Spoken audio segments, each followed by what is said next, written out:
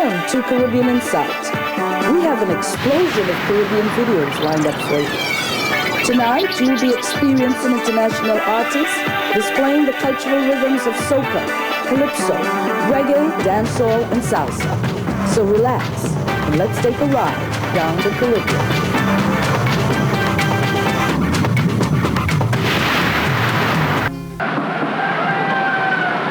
The Caribbean is seen fundamentally, or Latin America is seen fundamentally, as a collection of banana republics. Our people are not respected. Our sovereignty is dismissed. In fact, some people see us as Neanderthals. The speeches of our more militant brothers helped to conjugate the arrogance which characterized the U.S. involvement in the Caribbean.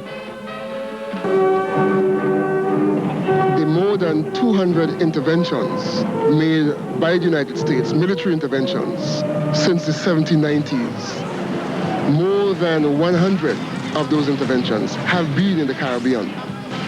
There was Nicaragua in 1928. In Guyana in 1953, Chady Jagan ousted. Then, in 1954, Guatemala's Jacoby Arbenz overthrown. In Cuba, 1961, Day of the Pigs, attempted invasion.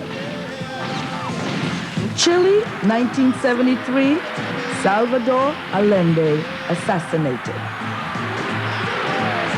In Jamaica, 1980, Michael Manley defeated.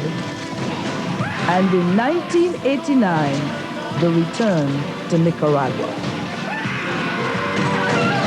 All of these interventions was to stop the spread of communism and increase democracy in the region. The West Indies, like any other part of the hemisphere, had its share of revolutions.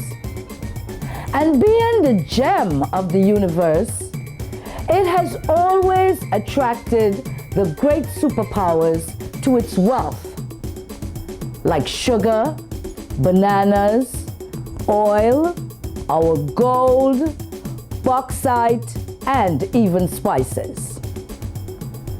And this attraction has always led to conflict and war in the regions. But in 1970, it became a war of ideologies. The Caribbean is a very important passageway for our international commerce and military lines of communication. More than half of all American oil imports now pass through the Caribbean. The Cubans, with Soviet financing and backing, are in the process of building an airfield with a 10,000-foot runway. Grenada doesn't even have an air force. Who is it intended for? According to the formulators of this famous theory, Grenada's international airport is now going to become a military base and will now become a strategic jump-off point from where we can launch an attack on the great, big, powerful, mighty United States. It looks like if we have become a superpower.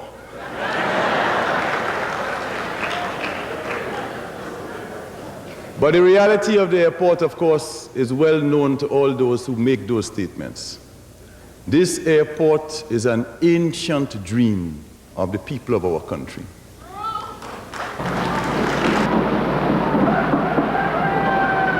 Welcome to another edition of Caribbean Insight.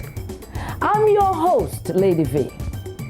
And on this episode of Caribbean Insight, we are commemorating the Grenadian Revolution.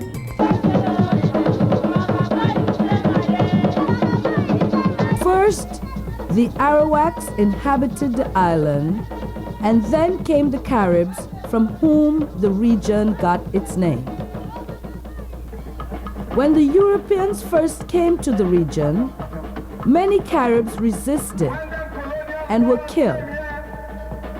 Some leaped to death in the sea rather than submit to European domination. The Europeans fought one another for control of the land, its wealth, and the sea lanes. Some of the territories fell under British, Spanish, French, and Dutch control. But they all suffered from the effects of 400 years of colonial exploitation. The British finally gained control of Grenada and incorporated the island into the colonial system of triangular trade. This system took raw materials and luxury items to Europe and brought finished manufactured goods from Europe back to the colonies. Africans were captured and brought to the colonies as slaves to provide the needed labor. Following the abolition of slavery in 1834, the former slaves were free to work as wage earners on the large estates. These estates were owned by foreign and local elites.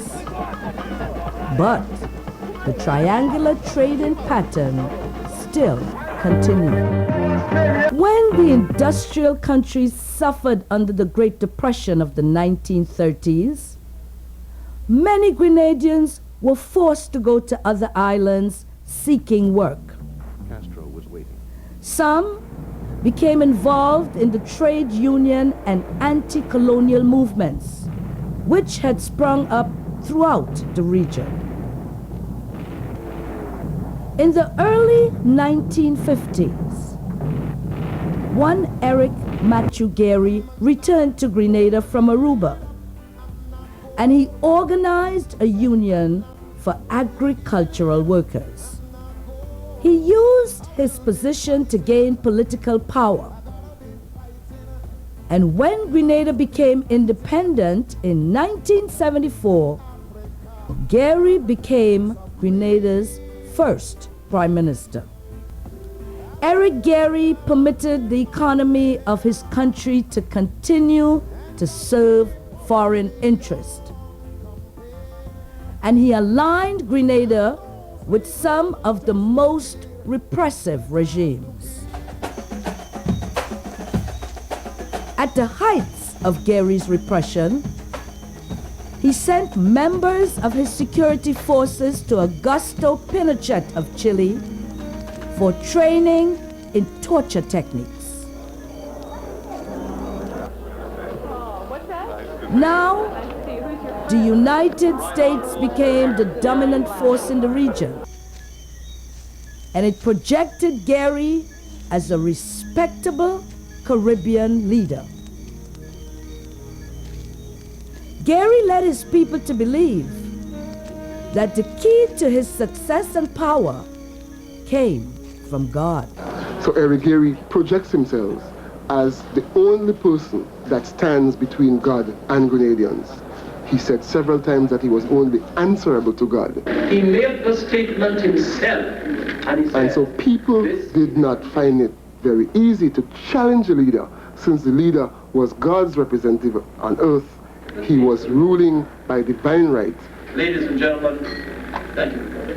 And therefore all questions relating to his tenure of office, relating to his abuses and so forth, should not be directed to him, but indeed should be directed to God.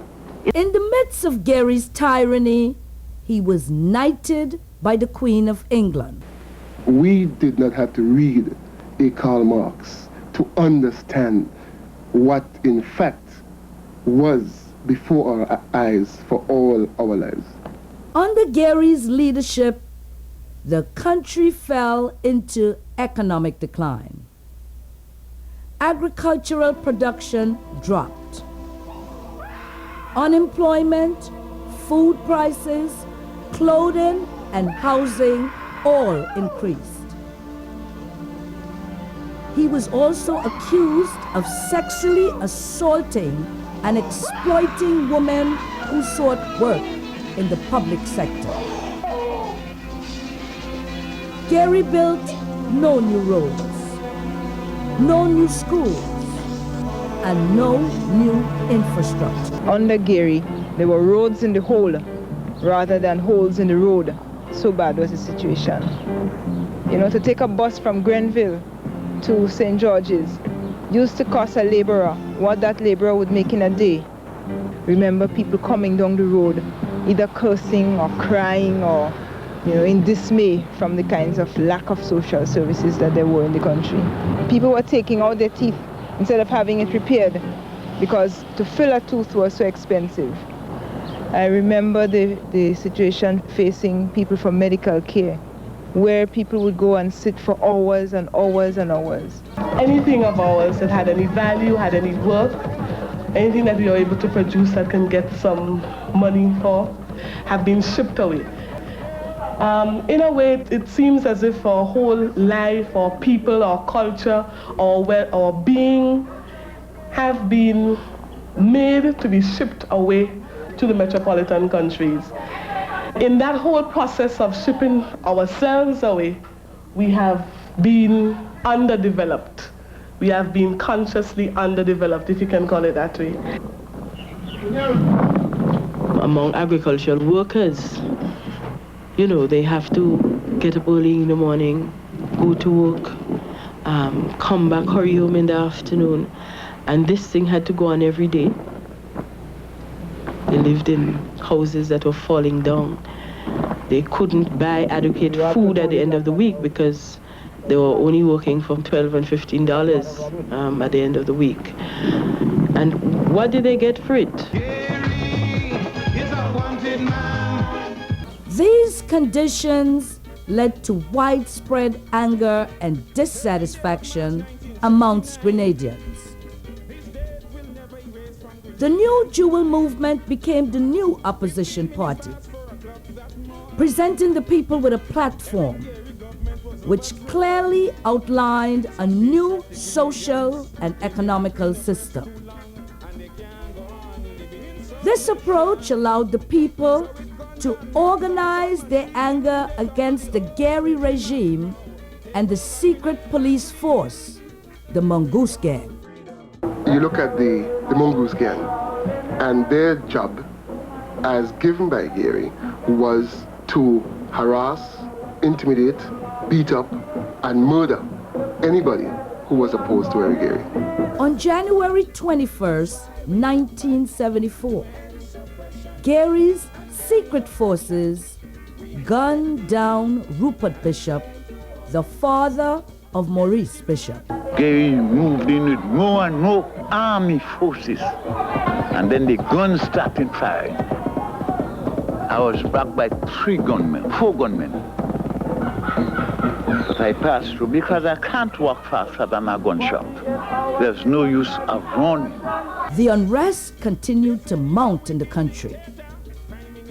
And in March 1979, Gary had plans for the entire NJM leadership. The plan was that Gary was going to leave the country on Monday midday, and the instructions that were being left behind was that we should be liquidated.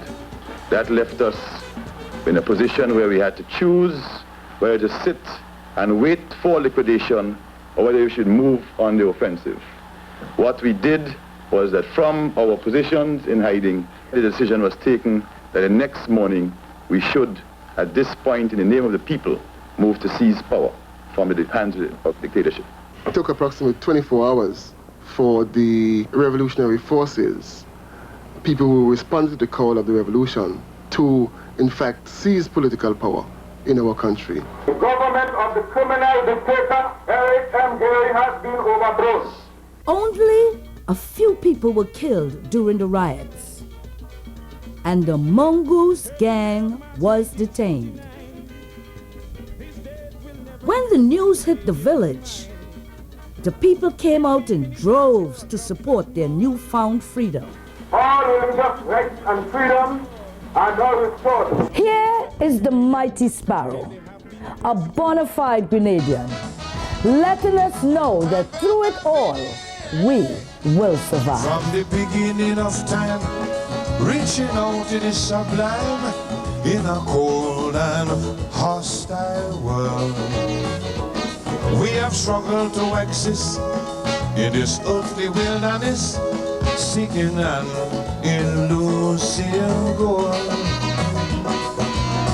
Many times it seems that we are fighting a hopeless cause, implying extinction is our lot. Because we were constantly ravaged by scourges and wars. We gripe, we quarrel, we complain, but in the end, do not believe it or not, we will survive. No matter what the odds,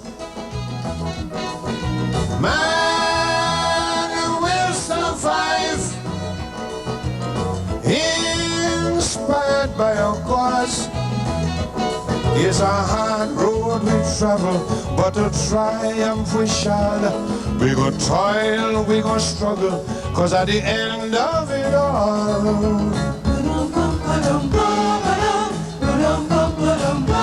whether you're big or small, be the helping ball, till the master call, we fight for survival.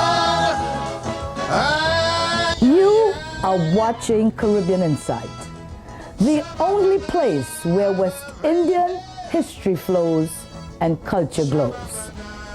Hi, I'm Princess Natasha, and whenever I'm in New York, I watch Caribbean Insight.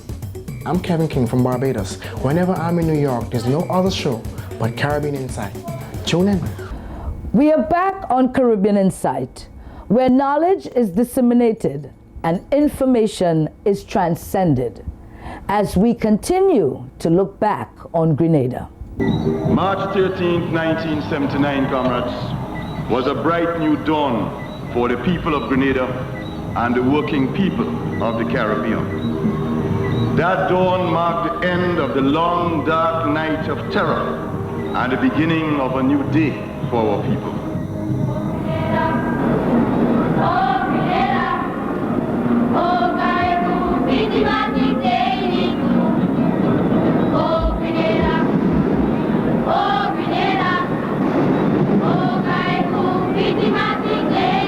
As Prime Minister, Maurice Bishop said that this revolution is creating a new democracy.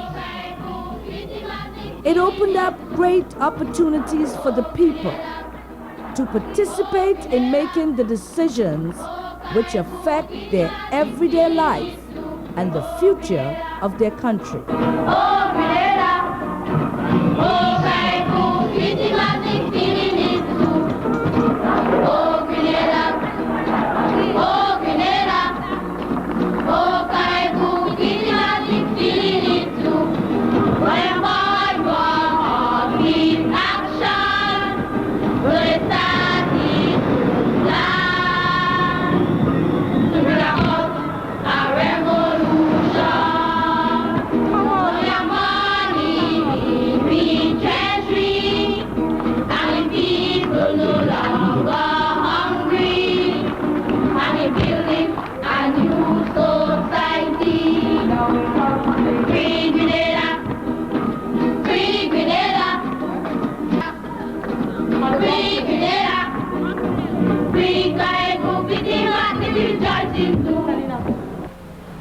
I once thought that a man has a right to love, maybe a woman or something of the sort. But I later learned that a man has a right to love his country first. We slave for a colonial system, a capitalistic, an imperialistic system. But no, we're slaving for ourselves. If you call it slavery, we're slaving for ourselves.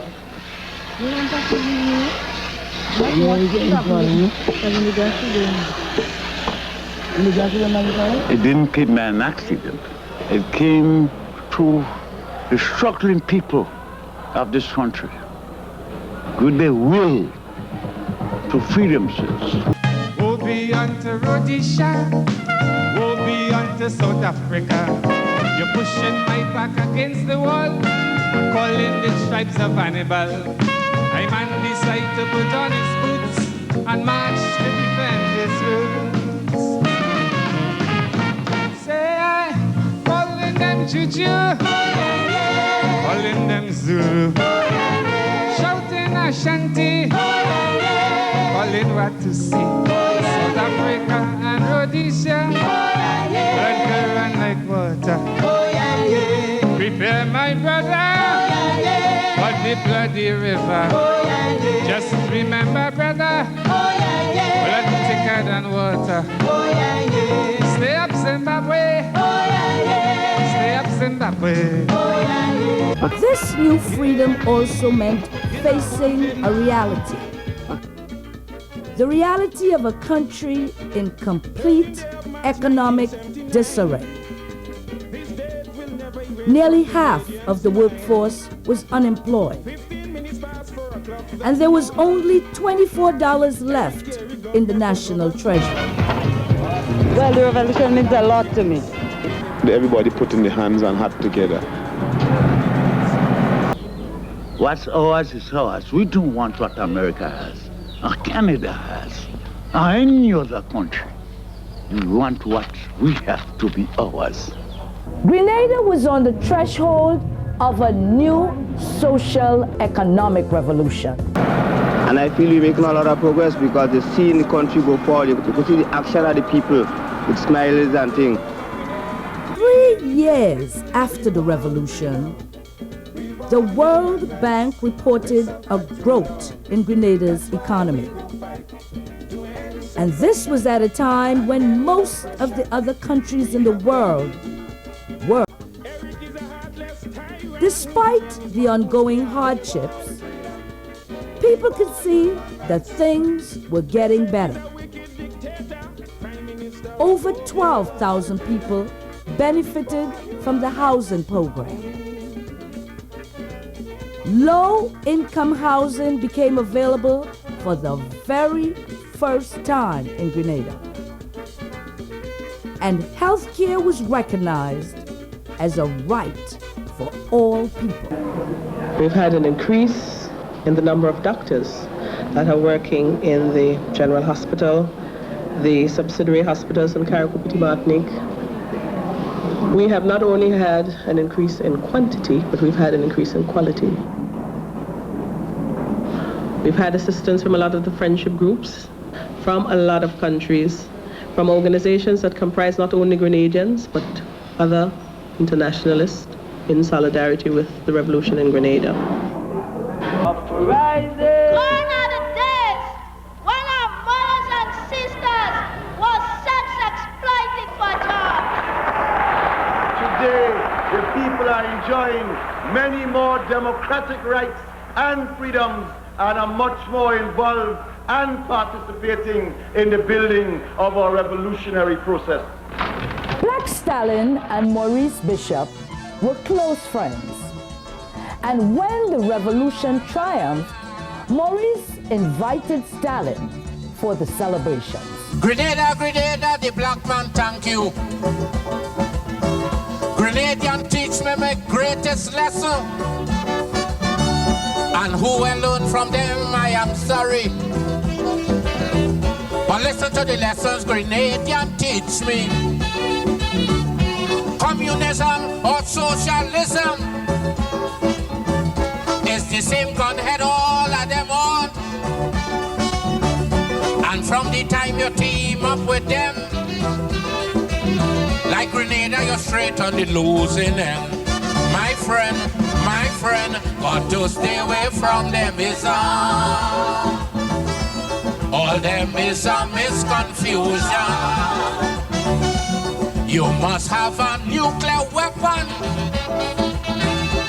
just to stay away from them is One is with a gun telling you to vote, one saying to vote with a bomb at your throat.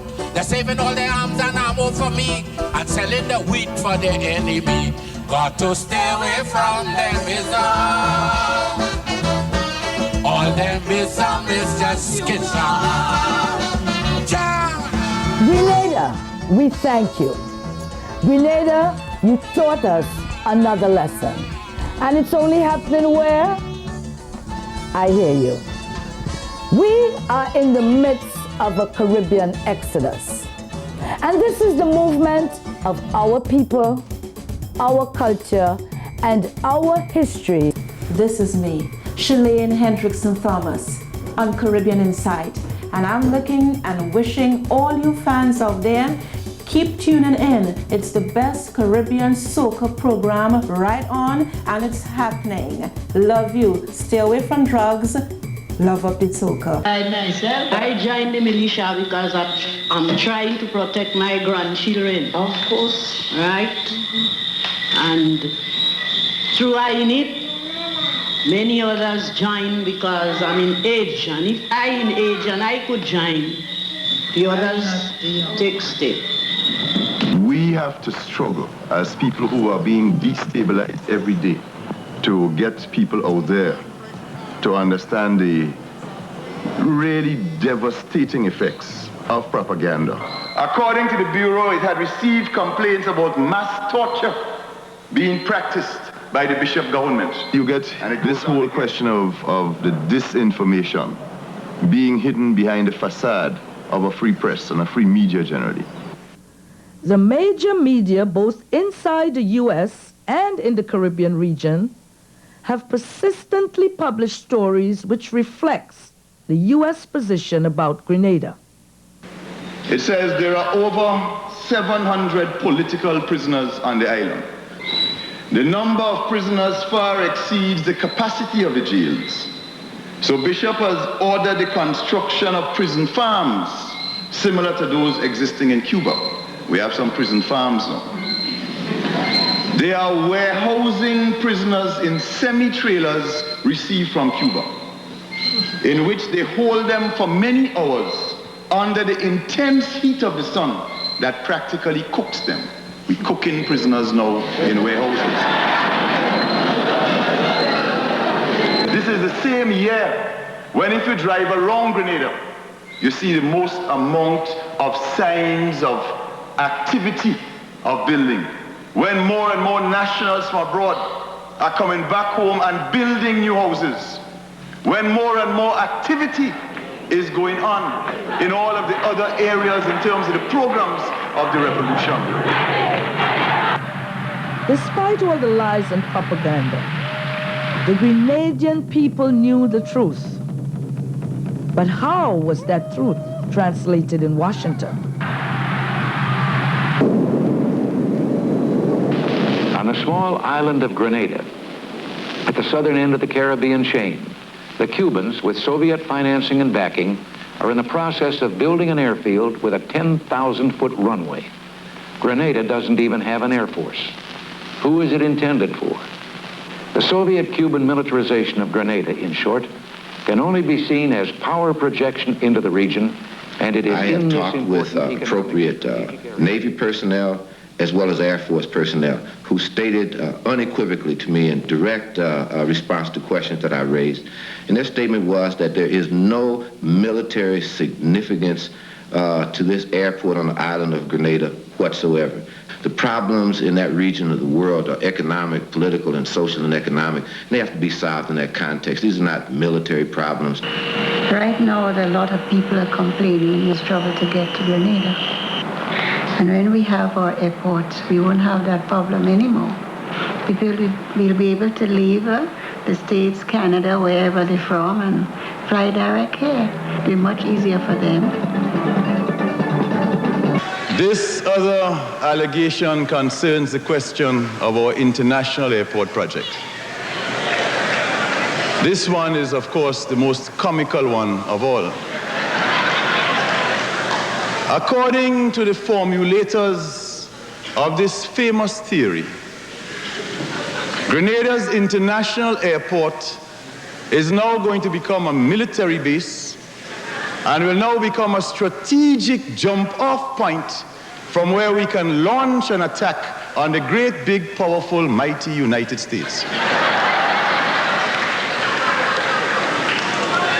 It looks like if we have become a superpower.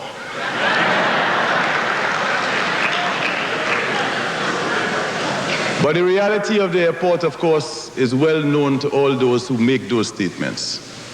This airport is an ancient dream of the people of our country.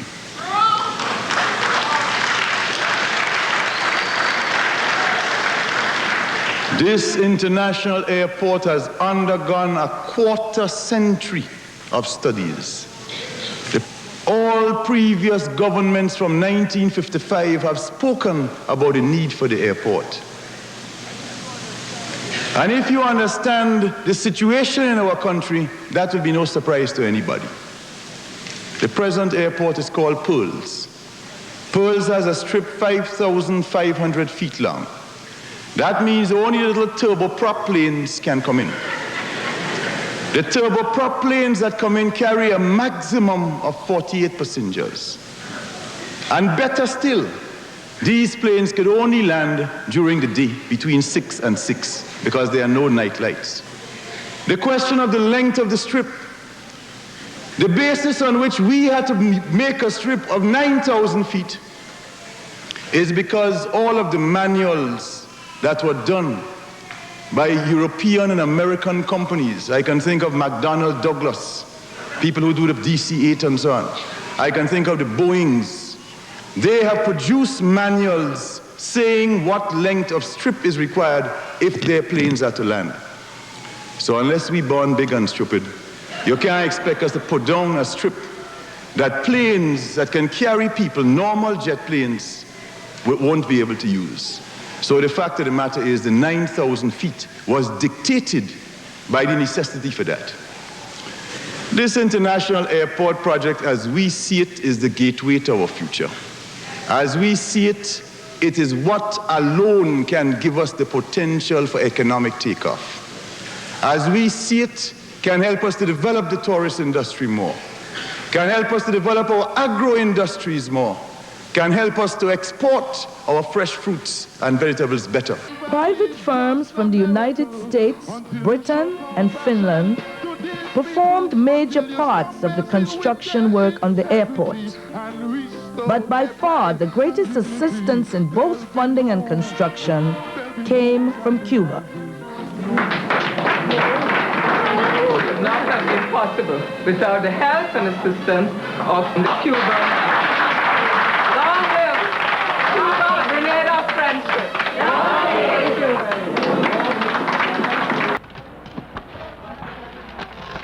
All culture are different things we want to form. Normalize the people, teach, learn from myself, the youth, the old, the young, in education,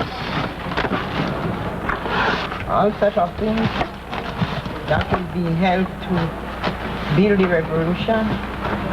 To maintain power, the colonialists kept the people uneducated, thus preventing the development of the country. Now, for the very first time in a century, a new public secondary school has been built. Look at it again. When we have free education, you don't have to pay for that. Or sometimes ago I know I had to pay $50 a term for my son to go to school and my daughter. But now here it is, free education. Our people have made the revolution. The revolution is the people. And without educating and preparing them for the role that they have to play within the change that is taking place now, we would not have a revolution. One, Caribbean. I think most people appreciate that all education is development. Even during the construction of the airport, we are going to be benefiting not just the money that's being spent to construct the airport, but the skills that are being acquired at present by Grenadians working on the airport. And when we get a highly skilled group of Grenadians who are being trained at present at the airport, this will lead to further economic development of the country when the airport is completed, because they can go into other construction.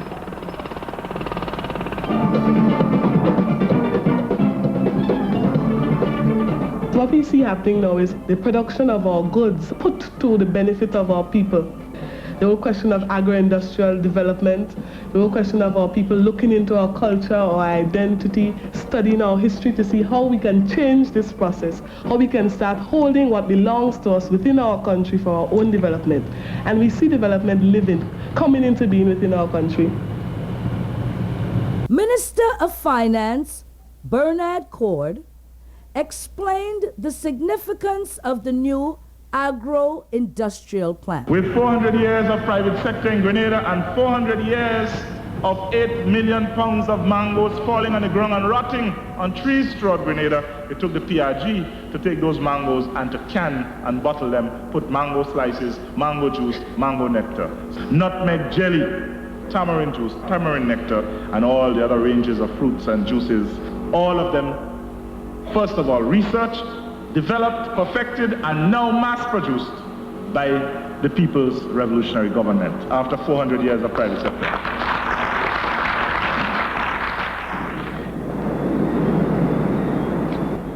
What we produce here must belong to us. What's ours is ours. Comrades, it's only happening one place, and that's right here on Caribbean Insight.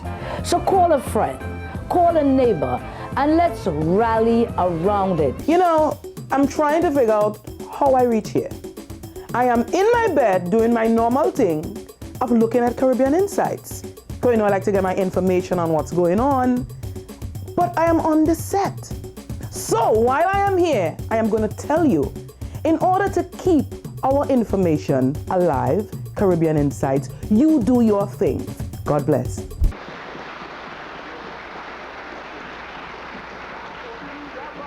The country's 110,000 people are mostly of African descent. They took control of their lives and their future through a revolution on March 13th, 1979. The revolution was taking precedent, and the people won their freedom. But propaganda is a sleeping serpent, and when awakened, it becomes a pestilence to society.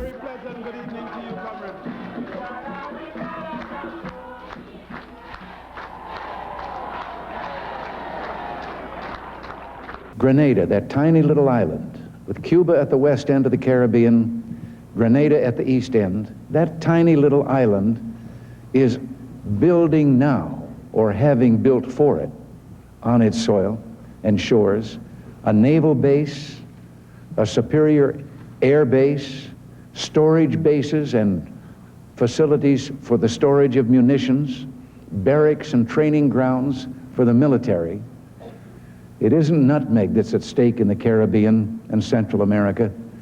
It is the United States' national security. The major medias, both inside the U.S. and in the Caribbean regions, published stories which reflected the U.S. position about Grenada. According to the Bureau, it had received complaints about mass torture being practiced by the Bishop government. You get this whole question of the disinformation being hidden behind the facade of a free press and a free media generally.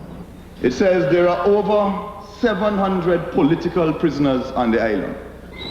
The number of prisoners far exceeds the capacity of the jails. So Bishop has ordered the construction of prison farms similar to those existing in Cuba. We have some prison farms now. They are warehousing prisoners in semi-trailers received from Cuba, in which they hold them for many hours under the intense heat of the sun that practically cooks them. We cooking prisoners now in warehouses. This is the same year when, if you drive around Grenada, you see the most amount of signs of activity of building. When more and more nationals from abroad are coming back home and building new houses.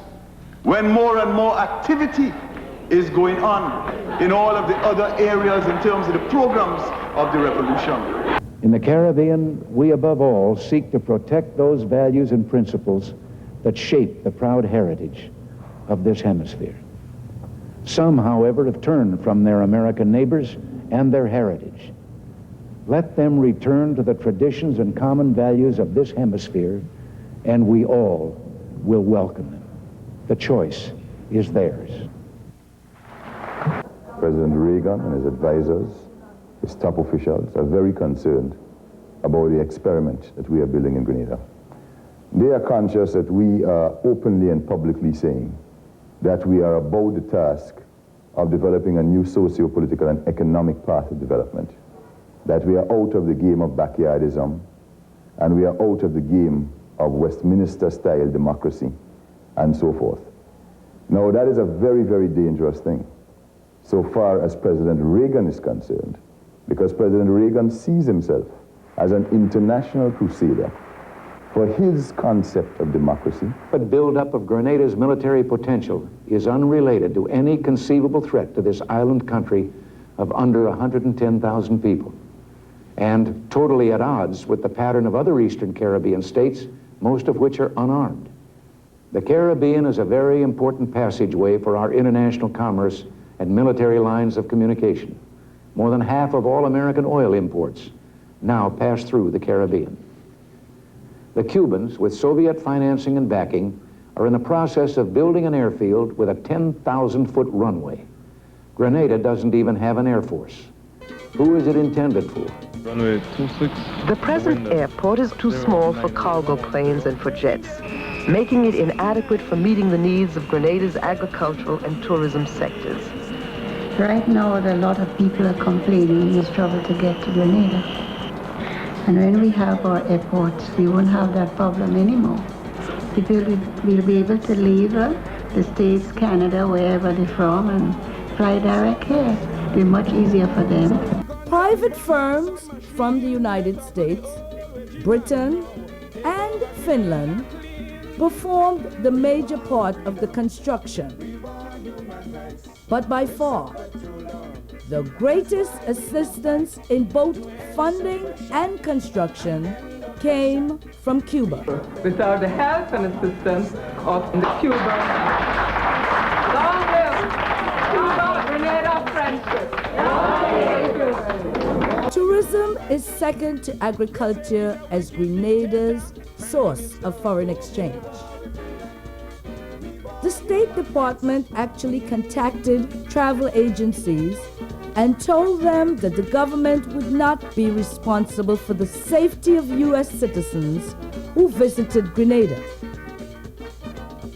And then there was the day. June 19, 1980 was another occasion for counter-revolutionary destabilization. A bomb was placed where thousands of Grenadian patriots had gathered. This bomb was placed and intended to eliminate and to make a mass murder of the Grenadian leadership. It did not do that, but 3 women were murdered. Over 100 people were hospitalized, and the investigations of the government proved that those inside Grenada who were involved in placing the bomb and in making sure that it went off, that they were supported by CIA contact men. Differences in foreign policies created internal tensions within the new party, and friction developed between Bernard Cord, the Minister of Finance, and the Prime Minister, Maurice Bishop. Nevertheless, Maurice Bishop was determined to open the lines of communication between his government and the government of the United States. On June 5th, 1983, Maurice Bishop made his first trip to America as Prime Minister of Grenada, seeking a meeting with the President. He met instead with Under-Secretary of State Kenneth Dam and Judge William Clark, the National Security Advisor.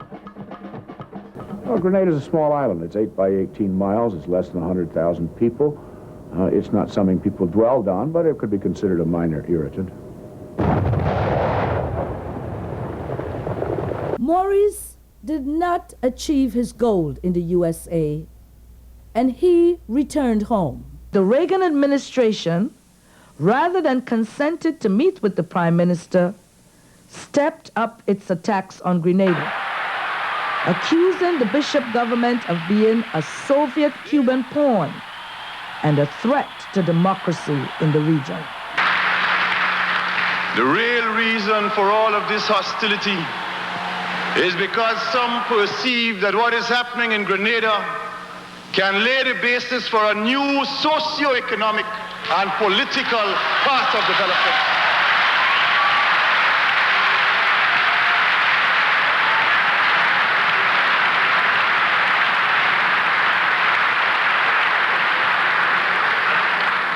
They give all kinds of reasons and excuses, some of them credible, some utter rubbish. There's an interesting one that we saw very recently in a secret report of the State Department. I want to tell you about that one, so you can reflect on that one.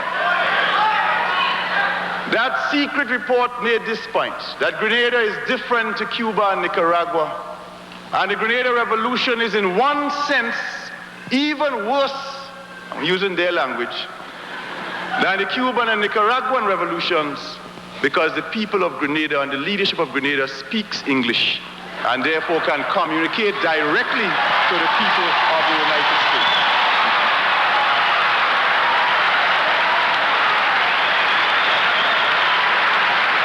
But I want to tell you what that same report also said, and said that also made us very dangerous. And that is that the people of Grenada and the leadership of Grenada are predominantly black.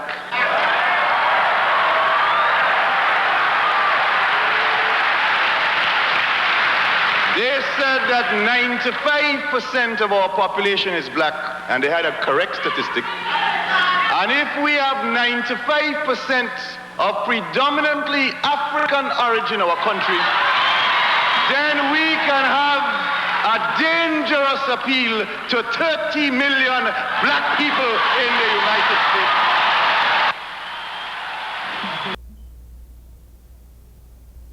A power struggle developed in early October when Bernard Cord, Bishop's deputy, moved against him.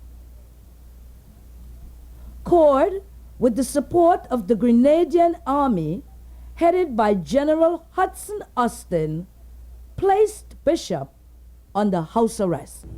As soon as the public had wind that Bishop's leadership was being challenged and that Cord was not firmly on his side, the people smelt it, as we say, right away, and they said that this thing is not going to be successful, we're not going to support that.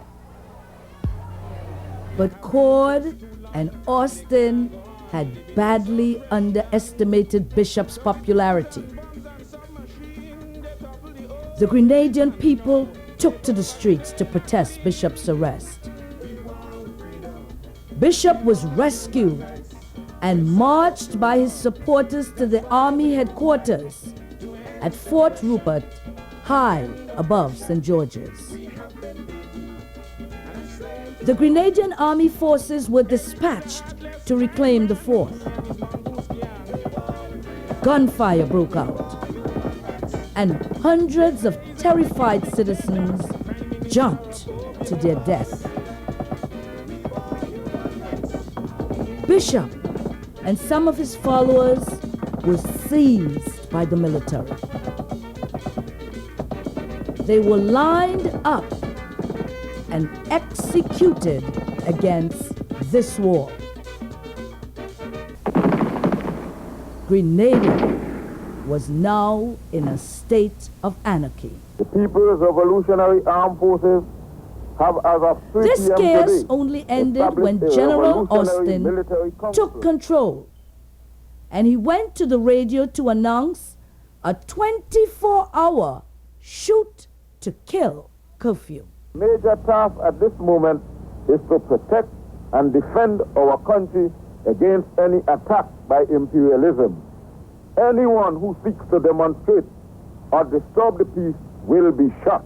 The curfew was effective, and all the island streets were deserted, and there was no more bloodshed. The army under Hudson Austin was now in control. But the general had no contact with the American government, and Washington had no knowledge of his intent. This was a major concern of the U.S. government. 6 days later, following the executions and killings, more than 6,000 U.S. troops, supported by helicopter, gunships, and fighter aircrafts, including a nuclear weapon submarine, the USS Stonewall Jackson, and a large naval task force from the world's most powerful nation, invaded Grenada, the smallest sovereign nation in the Western Hemisphere. Reports of heavy fighting on the island had reached Washington when President Reagan, accompanied by Eugenia Charles, the Prime Minister of Dominica, went on television to announce the invasion. Early this morning, forces from 6 Caribbean democracies and the United States began a landing or landings on the island of Grenada in the Eastern Caribbean. The United States objectives are clear: to protect our own citizens, to facilitate the evacuation of those who want to leave, and to help in the restoration of democratic institutions in Grenada. 595 medical students were evacuated from Grenada by helicopter, and the revolutionary government was overthrown. The human cost of this brief war was 45 Grenadians killed, 350 wounded. 21 of the dead were patients from a mental hospital that was accidentally bombed by a U.S. naval plane. 24 Cubans died and 70 were wounded. 39 Americans were killed and 116 wounded. Butler's house, the headquarters of the Grenadian Revolutionary Government, was the first place to be bombed by U.S. troops. The invasion of Grenada began as a war of words. In the end, it was celebrated as an American victory. We liberated Grenada from communist thugs who had taken over that country.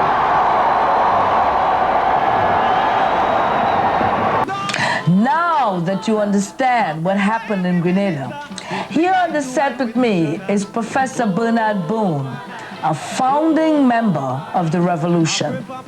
Professor, I want to welcome you to the show. Thank you very much, Lady V. It is an honor and a pleasure for me to be on this wonderful show. I've heard so much about it, and I'm glad to be on it tonight.